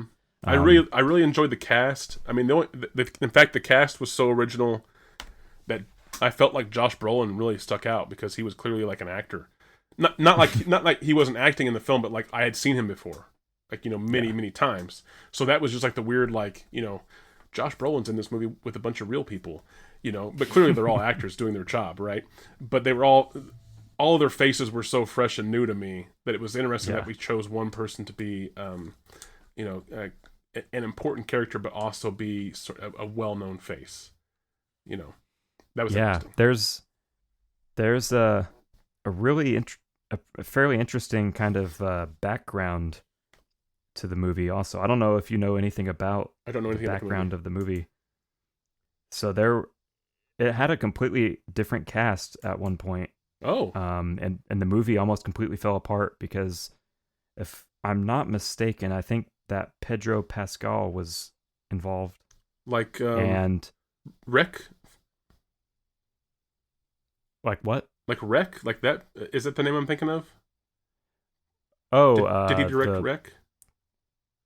No, that's Paco Plaza, the actor Pedro Pascal. Oh gosh, I'm an idiot. No, totally. Gosh, no, yeah, I know who you're talking about now. I'm an idiot. Oh yeah, he's in like everything. Yes, clearly reason. I know who that is. Yeah, sorry.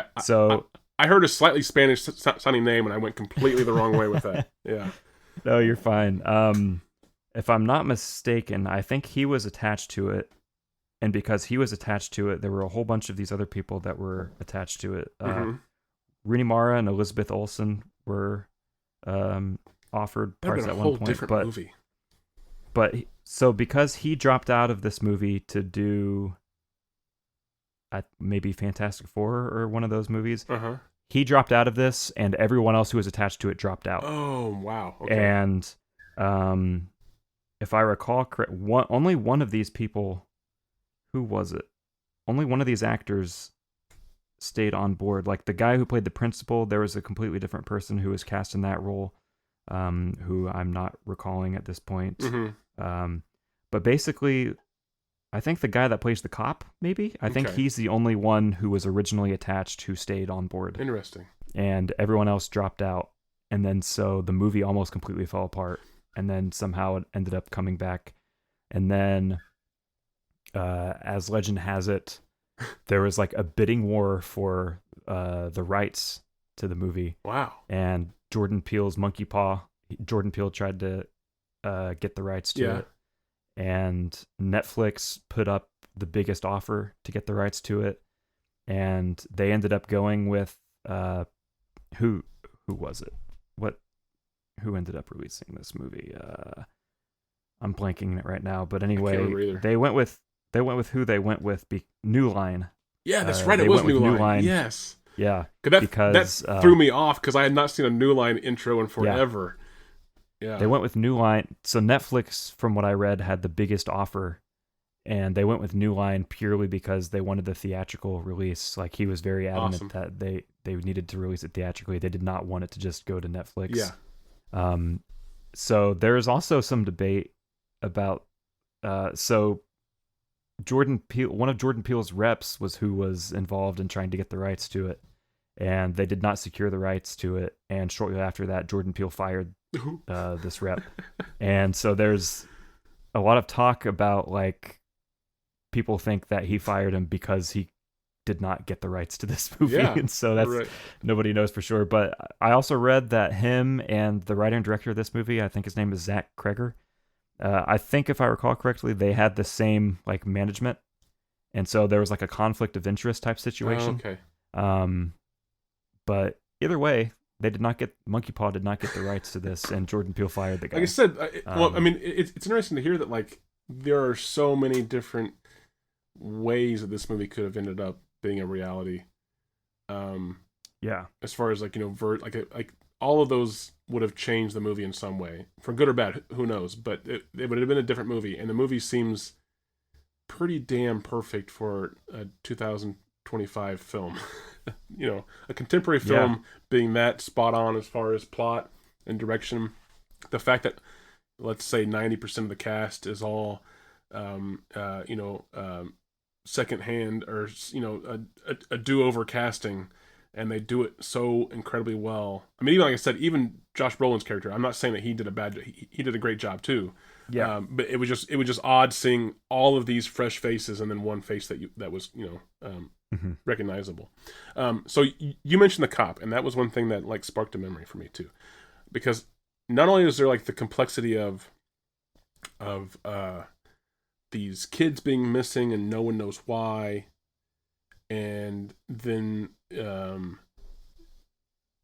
this weird witch lady possibly, or whatever, but there's also, throughout the film, there are so many good, like, vignettes of character dramas.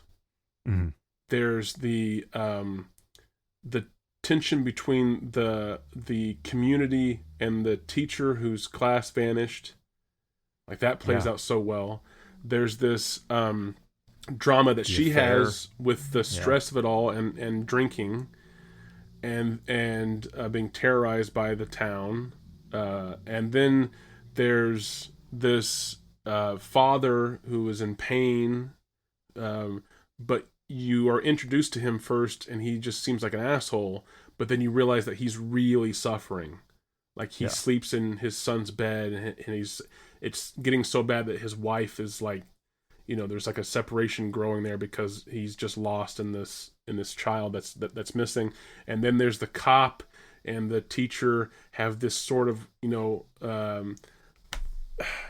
almost like a lost romance, or like they go back in some way, sort of thing. But then you also learn that the cop is married, and there's a whole, you know, tension there, because now this married cop has, you know, possibly, you know, cheated on his wife, or been, you know, whatever. But then you also learn that the father of the wife of the cop is also the police chief at the, you know, so it was like all of these incredible layers, that it wasn't just this A to B story of, like, you know, weird shit happened, and we got to solve the mystery, and there's some, you know, there's some quirky characters throughout, right? Because, like, there's even, like, the principal and his you know, his dedication to his job, in the sense that, you know, he has to do things by the book, and, you know, whatever, but then it is because he goes against that by the book standard, that and actually it gets used against him in a way too. The teacher ends up saying, hey, you know, whenever you hear about something like this, a child in danger, you have to do something about it. So his attachment to that, the culture of being, and the profession of being an educator, leads to his demise. So there's all of these things, and that helped the story, the movie as a whole, I think, also be elevated beyond just, it could have just been kids are missing, town is disturbed, and then like one dad and a teacher, these these polar opposite characters come together and find them. Like it could have just been that and it'd been fine. You mentioned like the druggie. There's this character who seems to be just sort of a throwaway character to show that the cop is on edge or willing to risk, or is not as straight-laced as he might seem, right? Because he ends up abusing his power. But then the druggie is the one who ends up because he breaks into a house finding the kids, basically. And the only reason that he reports this is because he needs money and he sees the reward on the... so great. Right? So there's all of these little things like that are easy to like take for granted in a movie like this, where they clearly don't seem important to the overarching goal of the movie as far as the plot goes, but they are really essential in making this more than what it could have easily been. And that again goes to show you like the quality of the writing. There's definitely more to this movie than it's just a good horror film. Like it's a good drama. There's some comedic elements to it, of course. It's just really well written. One of the best lines in the movie, whenever the druggie's like in the house and the two parents are just sitting on the couch and he starts taking everything, and he's taking like DVDs off the shelf, and he's like, "Oh fuck, Willow." yeah. There's lots of moments, and there's some good scares too. I mean, you mentioned like the parents sitting on the couch whenever the teacher first goes, and like peeking in the windows because they're all papered up, and we see, because we as the audience still and she as the character don't know what's going on. And we just know that this little kid goes into this house that has like, papers on the windows and no one's answering the door. And then all of a sudden you see like his parents just like fucking like zombies on the couch. It's like, holy shit. One of the most unnerving moments for me was at the end of her story where she like falls asleep outside and we see the door open and the fucking woman comes out. The whole theater reacted. Like, this, Alex's mom, she's like walking off fucked up. Gosh, there's no music or anything. It's just like the sound of like the crickets outside. Yeah. And like the camera is in such a way that you can't quite see like where she's coming in from or like what's going on. Yeah. And then she just like cuts her hair. Yeah. And takes it. That whole sequence was just, because I thought she was going to stab her, but of course. Oh my God. It's well, and again, like that was another perfect moment of I was sitting there, I'm thinking like 45 frames ahead of what I'm seeing, basically, right? Just like a second and a half ahead. And I'm trying to figure out what the fuck is going to happen next. And everything that I'm thinking is not the thing that happens. Mm-hmm. And everything that does happen makes me go like, what the fuck? And then it cuts, like, I think shortly after that, Josh Brolin's character has that moment after his dream sequence where he literally says, for the audience's sake, what the fuck? And everyone was like, yes, what the fuck is going on? Yeah. I just really loved it. And you text me, I kind of knew more of what you thought, because you just text me something like, I think I like this more than our Barbarian. Well, yeah. That was your first text. Yeah. Well, and you said that you liked it more than Barbarian, and I was like, I liked it a lot more than Barbarian. Well, no, and I said that like immediately after without having time to think on it. I enjoyed Barbarian. Same. I don't think I like fell in love with Barbarian. Same. I Barbarian very much unique. enjoyed it, and it was a very fun theatrical watch because the humor worked really well, and like the crowd laughter and everything was so great. And I really like the setup of like a kind of a minimalist, like one location kind of thing. And I like the Airbnb type like horror scenario of like, you show up here and you realize that this guy's here and you think that this guy, like, you don't know for sure. Like, you can't trust this guy. It's just so great.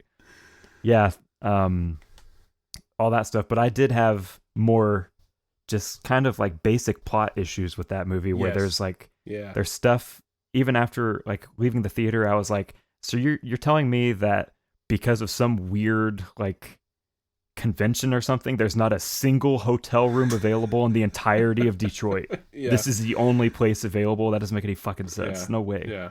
And then so there's just like little things like here and there that I was kind of like, you kind of really have to stretch your imagination to go along with this. You're being asked to believe, and accept. And again, that goes back to what I was saying earlier, is that, sometimes writers will do that. They'll just be like, okay, I'm just going to ask my audience to hold on for the sake of the film, and that hopefully everything else I do will pay off and it'll, dust that under the rug and, make it be acceptable. Yeah. Whereas Weapons didn't do that. And Barbarian still, I thought, worked well, and I still really enjoyed it, and it was still a nice, pretty original idea. And but the part of that movie that I guess minor spoilers for Barbarian, if anybody for some reason hasn't seen that and is still listening to this, but the part that I think about first when I think of that movie has nothing to do with the mother character. The parts that I actually think about, my favorite parts, are whenever Justin Long discovers that there's like the hidden passageways, and then it cuts to him Googling like, does a basement square footage count as like, because he's trying to get more money, and then he like keeps finding like another passageway and he's like, oh fuck, and then it hard cuts to him like with a tape measure measuring out that space, and he just like keeps finding more space and keeps measuring it out for the fucking listing. Oh, that fucking killed me. That was so funny. I think that's, for some reason, the first thing I think of when I think of that movie is like how funny those moments were. But yeah, so between the two movies, which are only comparable in that they're from the same filmmaker, they're very different, obviously. But clearly, yes.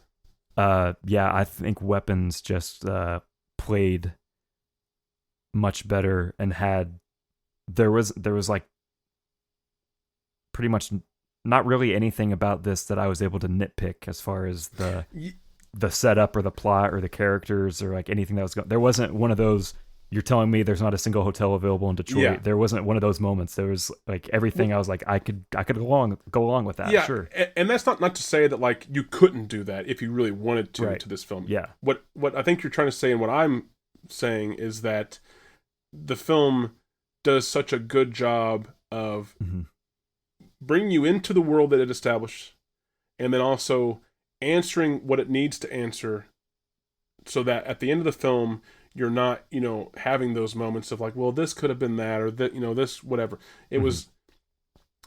I kind of bring this, and I know you haven't seen this, if anyone listening has, they'll understand. That's why the Lego Movie is so perfect. I'm not saying that it's a 10 out of 10 movie, everyone should go see it. I'm speaking purely for the writing. That how you start the film and enjoy the film and end the film, things are answered to a point that they needed to be answered, and anything that you may be left with of like, oh well, that that was a hole, or this, or that, what is this or what is that, because Weapons lives in a world where you also have to believe that an old lady can, use a twig and control people. The fact that you're already buying into that means that anything else that you may or may not have an issue with is moot. It's this is not an important thing to think about. Just enjoy the movie, right?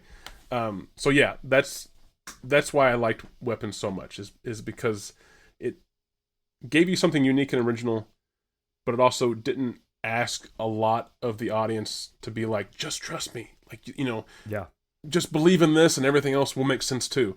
It was and again, it could have been doing that, but it did such a good job at everything that it did do that I didn't feel like I was that a lot was being asked of me by the end. Like I said, the only thing that and it's not even a qualm or like an issue or complaint or anything. The only thing that I wish there was a little bit more as to why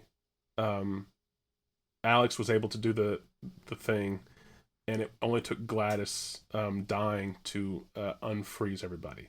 And I'm not saying that the movie owes me that. I think the movie did the right decision in not going further and kicking that can down the road and explaining it. I'm just saying, me personally, I would have made the mistake of wanting more. Yeah. Yeah. And I don't know. Maybe that leaves open like a Weapons 2. I hope not, but I believe they have announced a Gladys prequel. I believe there has been a Gladys prequel that has been that if not announced, at least discussed. That seems like a studio thing, where the studio's like, this done great. Let's go further, and where can we go? Let's explain this thing. Yeah, exactly, and that's right. Thomas enjoys they didn't explain. Yeah, and like going back to like Malignant, that's another movie where for every ridiculous thing that happens, enough information is given that you buy into it, and the fact that that you're asked to buy into the main premise of that film in the first place it nullifies any possible like, well, yeah, but are you really saying that this happened? Whereas Barbarian, that movie is such a unique scenario where like the tone and style make those moments that are throughout the movie like even more enjoyable. Oh, sure. Like, yeah. Where she's parking her car like fucking a foot away from the edge of a gigantic cliff. I don't know, like that's universally the moment in the movie where everyone's like, okay, much. This is really supposed to be, yeah. But going back to Barbarian quickly, that movie sets in a world where everything seems like it maybe could happen, right? There's no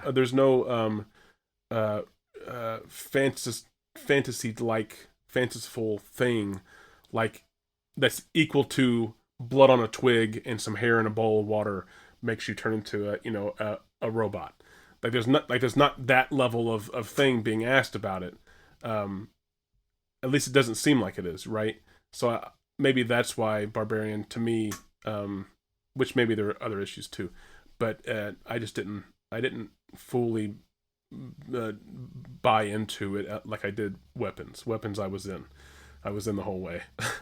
yeah, same. And man, I did want to maybe a brief, not a super in-depth talk about this movie that we've talked about many times and it's been out for several years now, but Malignant, like we haven't talked about it on here, I guess, so that's okay. Yeah, maybe anybody listening, maybe spoilers for Malignant if you haven't seen that yet, coming up. So if you haven't seen that, what a double feature that would be. Malignant, I know, Weapons. Yeah. I did want to just like touch on that because I love that movie so much. Yeah.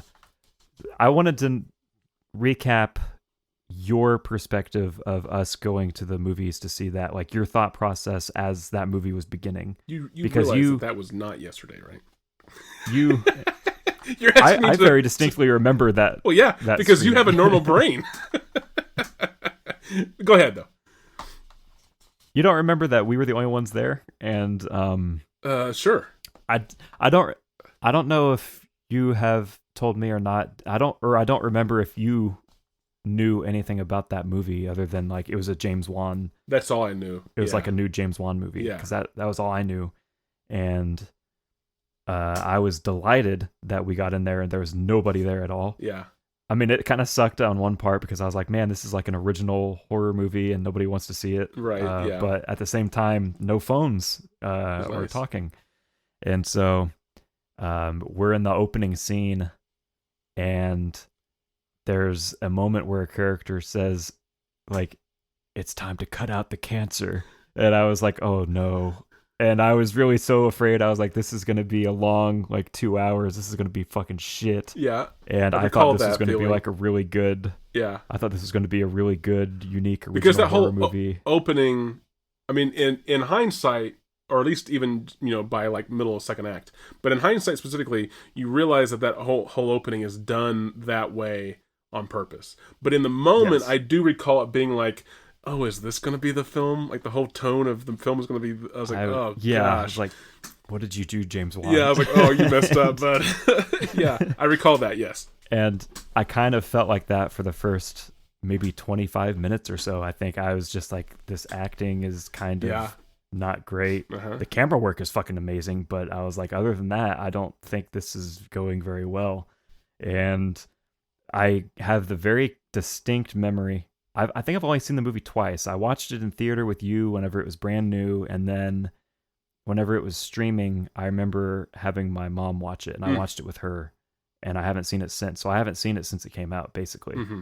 But I have the very distinct memory of being in the theater the moment that I was officially in, and it was whenever we cut to this shot of a woman in like the attic space, and we're right side up on her face, and then the camera twists around to, and it's revealed that she's like hanging upside down, and the camera is kind of pulling back, and the like, I forget what the the evil twins character's name is, but that character is there, and I was like, oh fuck, like this, just the way it looked and everything was so cool. And then it cuts to outside, and that like remixed version of that, like, what's that song, like Where Is My Mind or whatever, like that like remixed version of that song starts playing, and I was like, I am so in. Like, I don't know, like for some reason that moment is where tonally it clicked in my head, and then I was just completely in for the ride. But I that was another moment where I still didn't really know what the fuck was going on. And there was a shot where the first time that I started to kind of piece it together was whenever there is that, like, that dude in his bed, and it goes to the shot where in the hotel, or in his house or in a hotel, something. But it cuts to this shot from kind of like above at an angle where you can see the character on top of him, like straddling him with the knife, with that blade, and like stabbing him in the neck. But its arm is fucking weird, and you can tell that it's like backwards. Yeah. And I was like, I think that was where I started to kind of piece together a little bit what was going on. But then by the time we got to that police station scene, I was just kick-ass, like, I was fucking ready to rock. Right. It's that like single shot when it's fucking like doing flips and murdering all of the police in the station. Such a good movie. That movie is so fucking good, and I feel so bad for the people who weren't in for that ride. Because I've talked to, there's a guy that I work with that one time, like a year ago, it briefly was mentioned. And he was like, "Yeah, that movie fucking sucked." And I was like, "It's genius. It's so genius. Fucking good." But that was also like the reaction. It was either like it was the worst movie, or it was like pure artistry of the highest form. You know, I saw somebody, I can't remember who, but somebody had perfectly described it as like, this is a straight to video '90s movie that got made somehow with like a $40 million budget and released by a major studio in 2019 or whenever, 2021 or whatever year it was. And that's exactly what it is. It's like a straight to video movie that got like a budget and released by a major studio just because he like made them $1 billion with Aquaman. Yep. It's fucking amazing. Do whatever you want then. Aquaman was well worth it to get Malignant. There you go. It pays off. So yeah, that was my feeling about Malignant. So you asked me, like I said, I don't remember when in the movie it was that like the tone clicked. Now, I'm not saying it was the cliff scene, but I definitely believe that the cliff parking scene solidified. I think we both laughed out loud. Yes, because it was such an absurd thing to show and for that character to do that for me in that moment, whatever I was thinking about the film tonally being or not being or whatever, you know, was definitely solidified then as being like, oh, okay, this whole thing is a parody of this stuff. Yes, it's also this cartoonish, like, big hospital that's for some reason like on this gigantic like mountaintop or whatever, and there's a storm. She's like going there, and it's completely in the middle of the day, and then by the time she's there, it's fucking pitch black outside. So that was where I was like, okay, I get this now. It's a parody of this style, but not only is it a parody of the style, it's honoring that style in like the best way. Yeah. By doing one better, you know, it's not just making fun of it or, you know, or highlighting weird things about that style or that subgenre of film. So that was definitely the moment where I was like, oh, okay, I'm, you know, and then, yeah, there were a few times where I'm pretty sure the one that you were talking about with the guy getting stabbed, I think that was the hotel, or like the hotel sign was nearby or whatever. Yeah, there's that like, neon sign. Yeah, like the red flashing outside the window. Yeah, that so that throughout the film, of course, there's a lot of like stylistic moments that are awesome. But then there was the I do remember like the upside down, like the rotating camera, and the "Where is my mind" being just like a moment that was like like this is great. And then the battle in the police station, where I think at least by that point in time we had already, at least from memory at least, I think started to piece together like what was going on. Yeah, I think by the time that police station assault was happening, we had actually seen like that twin on the back of her head like take over. I think so, like, yeah, because it kills everybody in that cell that it was stuck into. I think. Because at that point in time you're totally in, and again that kind of goes or back. You're not. You're either totally in or you're not. Yeah, you need to be totally in, I guess. Yeah. And that kind of goes along the lines of Weapons with that ending. I mean, I can see where the absurdity of Gladys like running around screaming, and then all these kids like blasting through these houses, and just chasing her without hesitation and without anything stopping them, and then her getting ripped apart. I can see how all of that is like, what the fuck? Like, this is ridiculous. But if you are in, and I hope that most people are, then that is just awesome. It's just like the most awesome moment of that film, is this scene with just these kids just mauling this old lady, Yeah. So like, same thing about like Barbarian, is that even though the twin, the thing is technically like the bad guy, you're so in for that Malignant. scene. The what? Malignant? Yeah, Malignant. Sorry, yeah, I did. Sorry. Malignant. During that police battle scene, you're just so like, this is fucking kick ass. I don't care what happens. Yeah. And I just remember that the evil twin was Gabriel. Gabriel, yes, I think so. Yeah. And there's that moment at the end of the police station scene where I think like one or two of the other characters were like trying to run out, and Gabriel flings a chair from across the police station. Bobby Knights it basically. Yeah.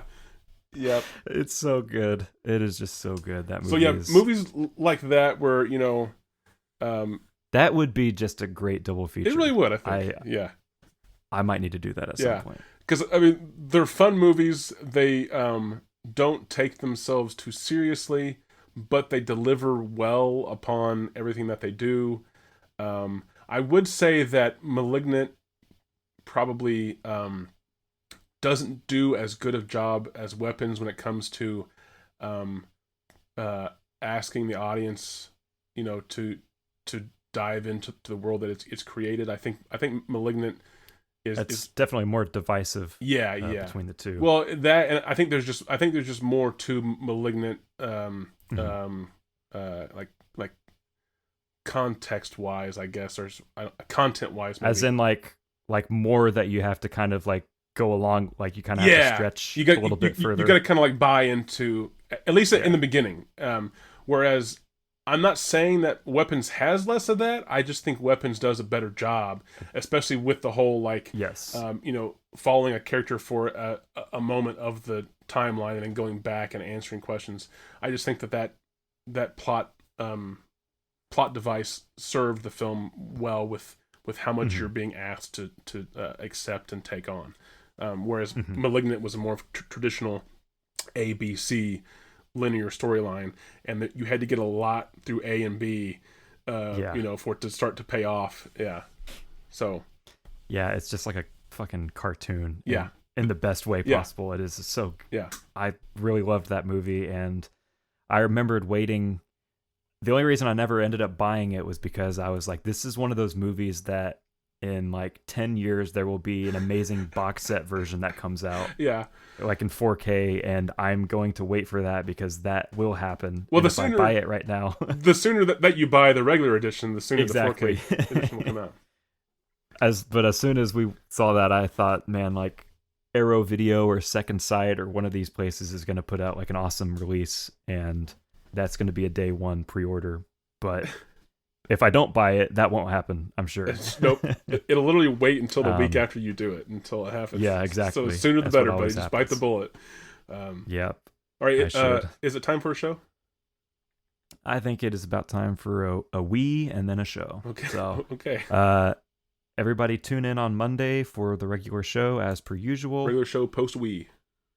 Post we. Keep that in mind on Monday. Remember that I was freshly weed at the time of recording. De-weed, in fact.